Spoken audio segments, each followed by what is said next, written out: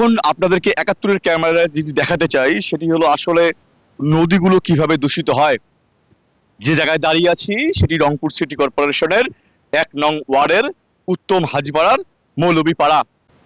যে নালা দেখছেন সে নালাটি মিশেছে ঘাঘট নদীতে।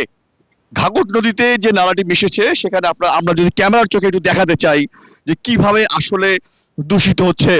এখানে আরমান কোল্ড স্টোরেজ রয়েছে, যে কোল্ড স্টোরেজের যে ময়লাগুলো সেটি এখানে এই আহ, বলা যায় নালা দিয়েই কিন্তু ঘাঘট নদীতে মিশছে। আমরা দেখেছি যে এখানে যে যে গন্ধ বের হচ্ছে, সে গন্ধে কিন্তু এখানে দাঁড়িয়ে থাকা কিছুটা মুশকিল। তারপরেও পেশাগত দায়িত্বের কারণে আমরা দেখানোর চেষ্টা করছি।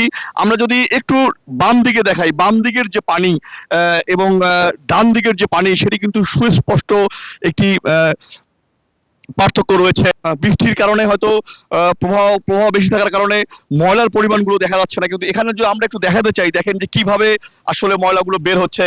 এবং এখানে এখানে একদম দুর্গন্ধযুক্ত পানি, একদম দুর্গন্ধযুক্ত পানি, যে পানি ঘাঘট নদীতে গিয়ে মিশবে, এই নালা দিয়ে ঘাঘট নদীতে গিয়ে মিশবে, নদী দূষণ হবে, পরিবেশ দূষণ হবে। এবং এখানে কিন্তু আমরা দেখেছি যে কোনো জলজ প্রাণী সেটি কিন্তু বেঁচে থাকতে পারে না, আমরা একদম এই নালার আমরা এই নালা ধরে হেঁটেছি এবং দেখেছি অনেক জায়গায় জলজ প্রাণীগুলো মরে ভেসে আছে।